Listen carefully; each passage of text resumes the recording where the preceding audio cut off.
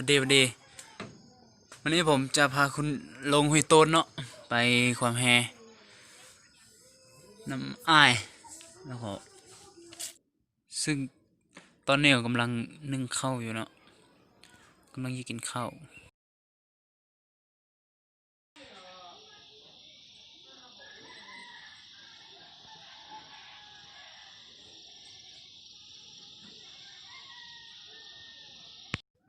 เรากินข้าวแล้วเราออกไปเลย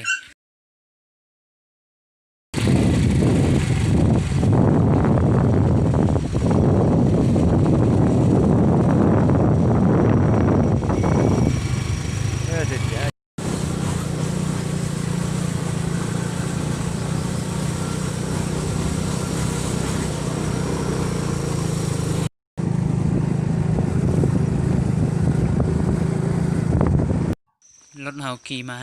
ป้ายอยู่เทิงเนาะแล้วก็ย่างไปประมาณ2-3 ลักเนี่ย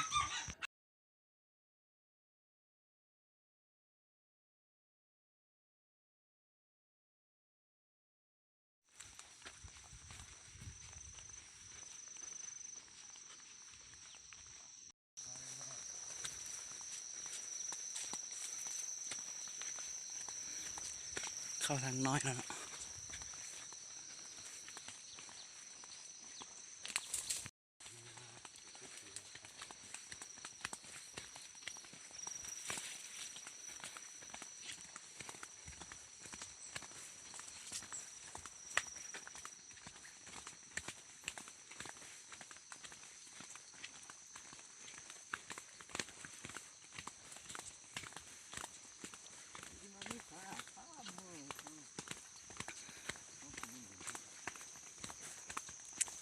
ยางมันก็ไกลโค่นเนาะ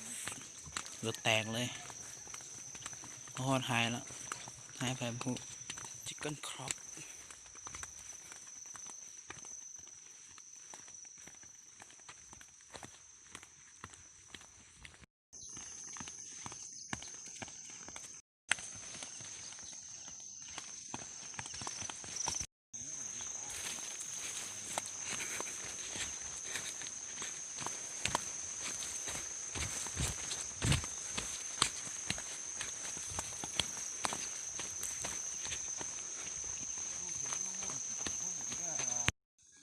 ใกล้จะฮอดแล้ว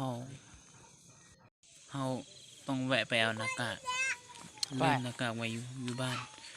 คิดว่าไอ้เอามาแล้วเราก็บ่ได้เอามายืมของเขาก็เกยฮอดแล้วเนาะ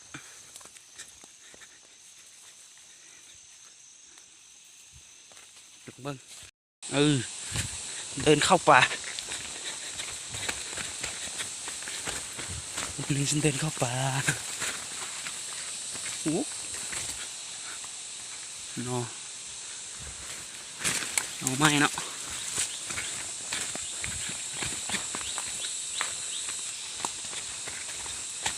เบิ้งนั่นคุณหรือบุคุณบ่ค่อยคุณนะคุณจะดำปลา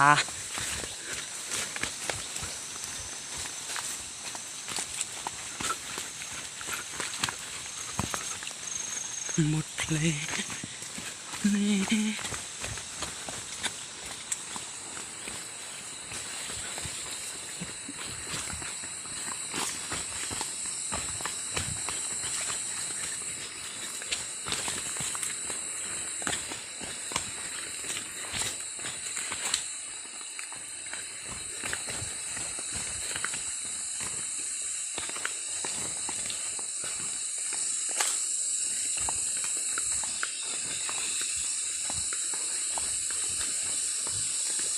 พอแล้ว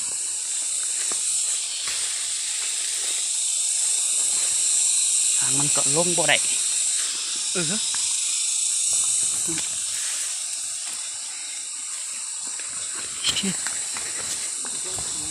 โอ้ย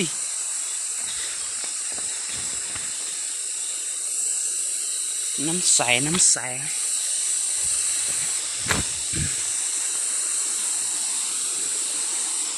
น้อยเนาะตัวนี้แหละ เราจะพาขวางแฮหมดเลยน้ำใส่ผมดันเปล่าซะ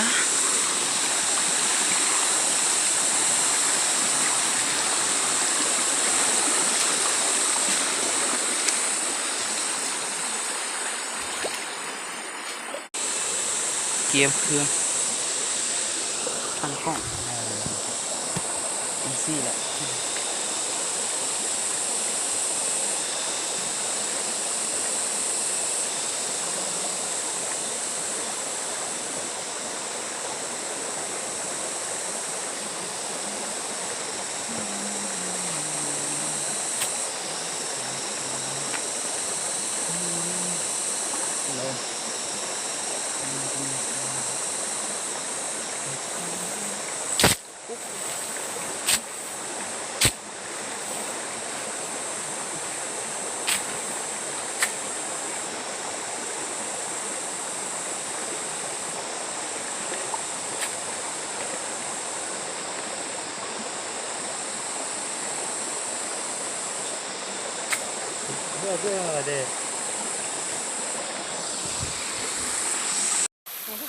ไปกันเลย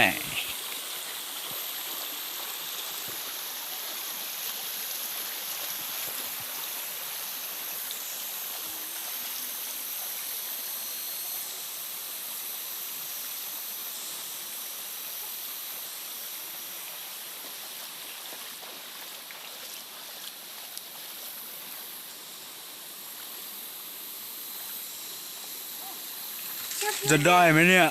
ไม่มีตัวหนึ่ง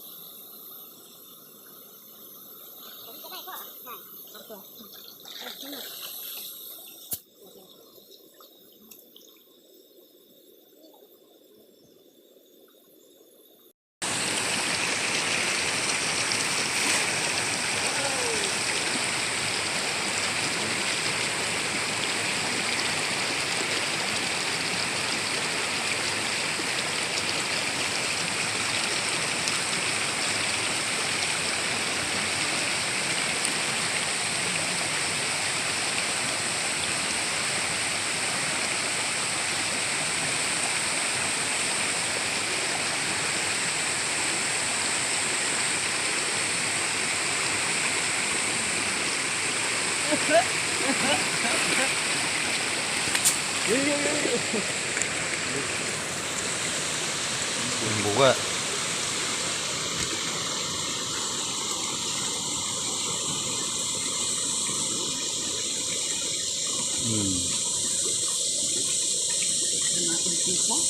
이모 봐 이모 봐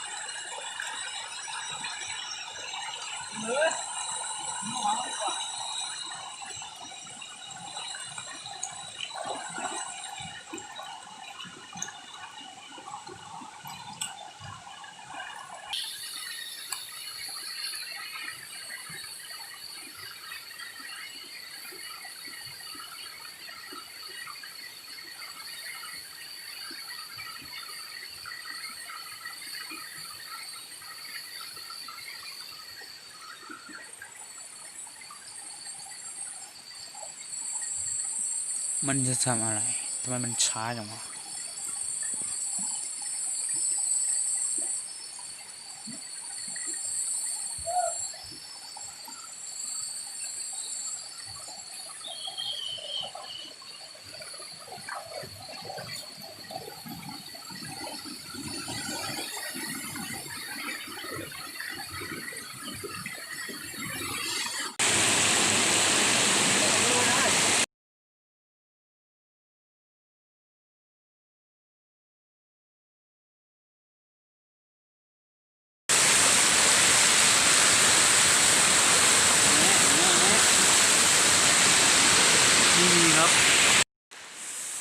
ตกเนาะจะเฮ็ดเล็กๆนิดหน่อย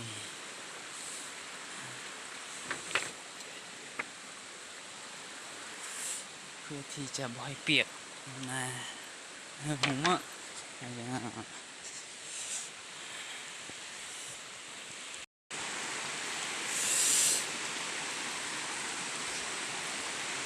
ที่พักฝนตก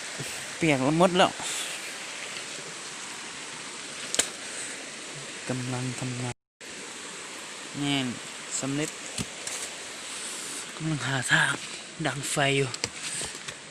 ฟืนกับเปียกหมดดันบลุกตี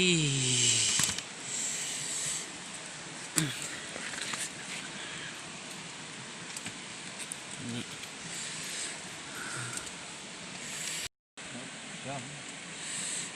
นี่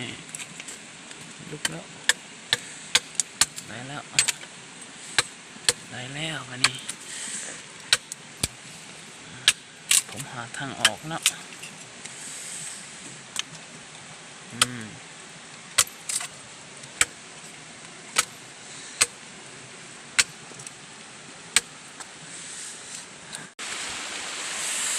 พักกินข้าวเนาะได้กินข้าวแล้วหายใจแบบบ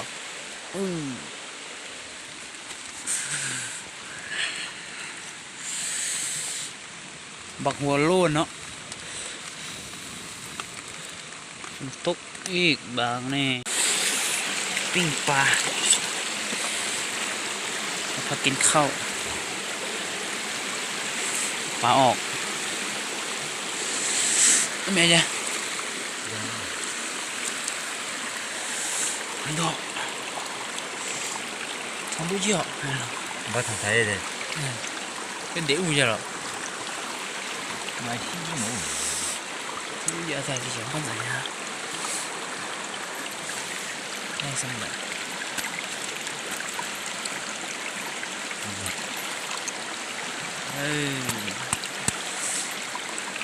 นี่แหละตอนเดียว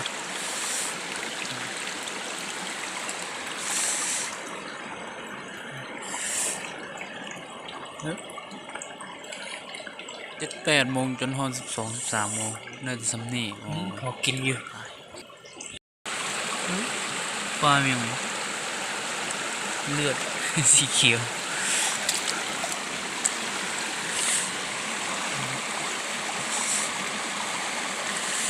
ปิ้งกิน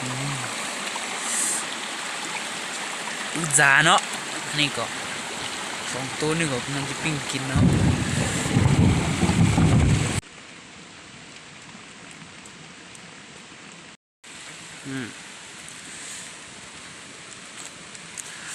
2 ตัว 2 คนกับ2 ตัวไม่ได้หลายกินน้อยเอาเฮ้อ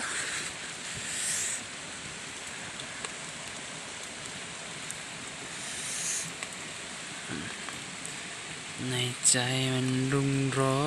น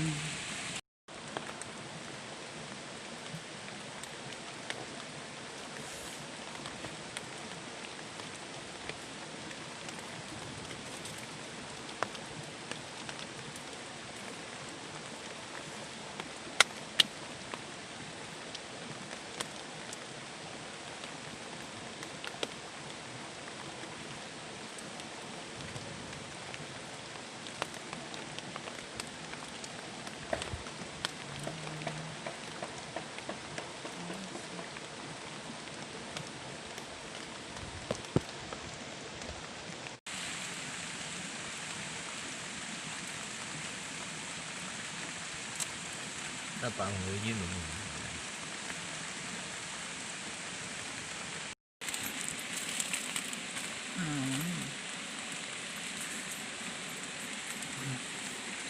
เมนูที่ส่งสุกแล้วออกบุ๊ก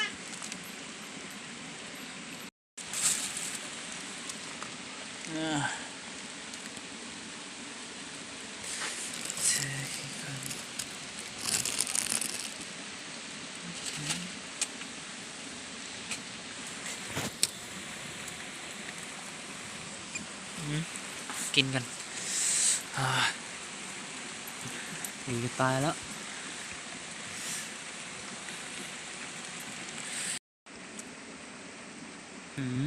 ดูท่าทางน่าจะแซ่บอร่อย ลองชิมดู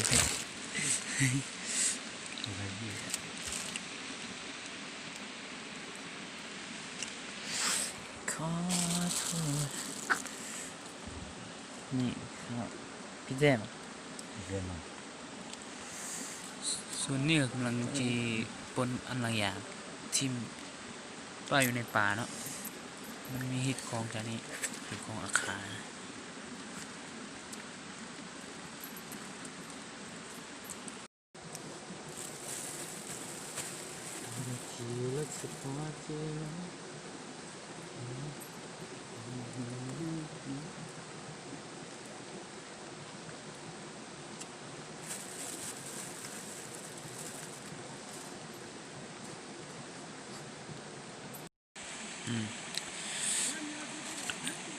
น้ำดื่ม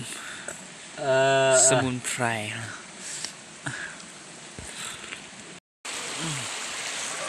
เกียมได้เวลาไปต่อเราก็ต้องไป ขึ้นไป เห็นยังวะนี่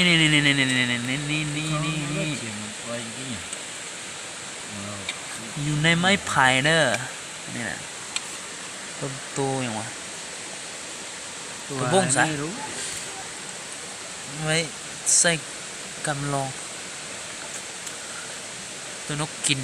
ไปการลองตัวนกกินนี่ก็ประโยชน์หนึ่ง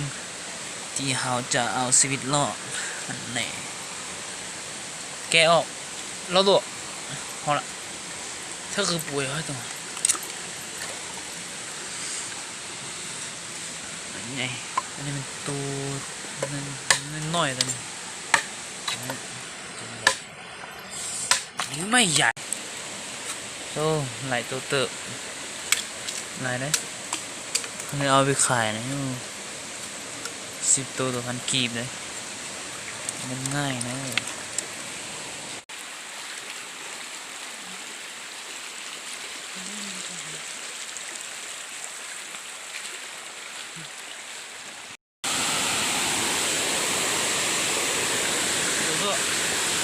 ผมก็เจอกับดักเพื่อที่จะให้ปลาเขานี่แม่เย้มันมีอะไร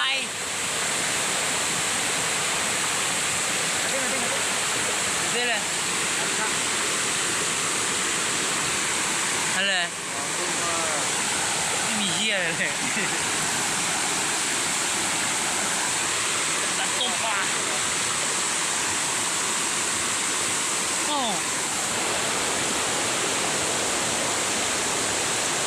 ดูหมดแล้วไม่มีเชี่ยวมีมูตัวมา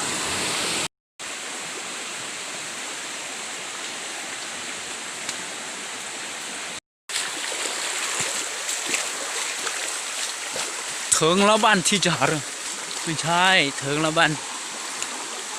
ทางที่จะกลับบ้านเพื่อไม่ใช่เบี้ยดังเลยไม่ใช่เบี้ยดังเงื่อนนี่ทางไปบ้านขึ้นภูเอาในที่สุดหอดทางกลับบ้านละได้พอได้ก็กลับบ้านโอ้เจนอยู่กระเด้อเจนสักหน่อยเกียมไปบ้านที่จะหาเรื่อง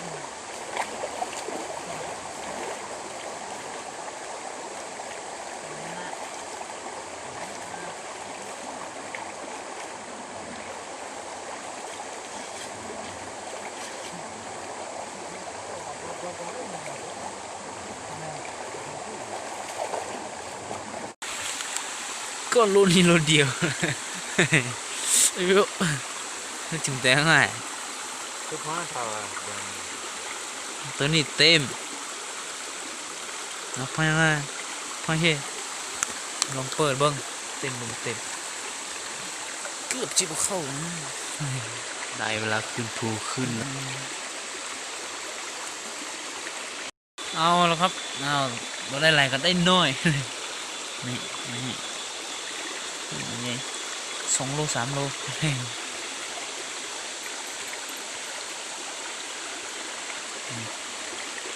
เดี๋ยวไปฮอดบ้านเราก็ค่อยเอาออกเบิ่งไป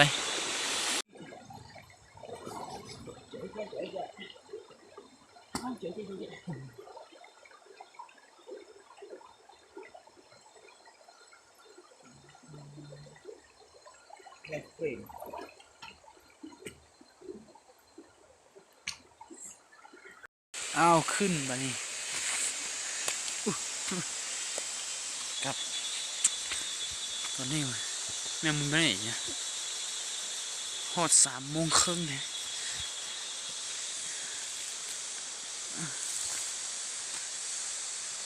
โอ้ยทางมันไม่ดีทำยังไงได้เดี๋ยวคนได้ขึ้นภูขายเด็กบ้านนอกหน้าตาบ่หรอแหมบ่รวย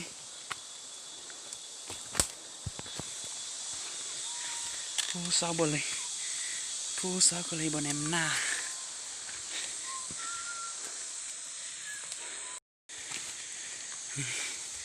นี่มันจะเป็นไร่เขาไร่คนอื่นเข้าก็เขียว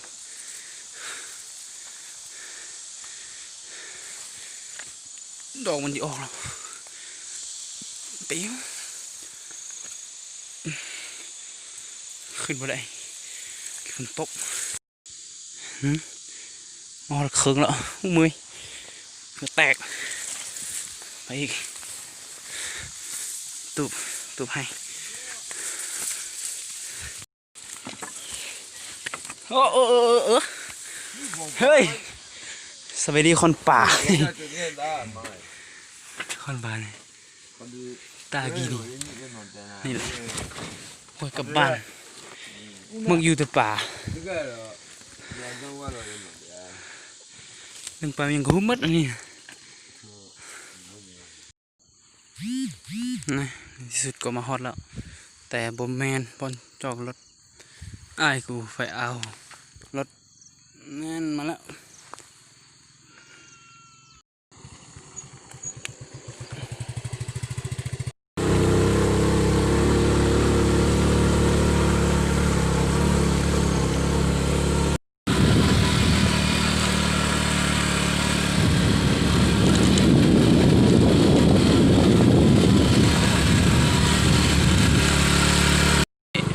เอาเย่พอ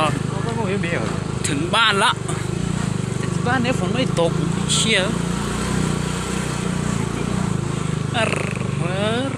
เหือนทอดเหือนแล้วเอาถอดแล้วได้ซ้ำนี่ประมาณ2 โล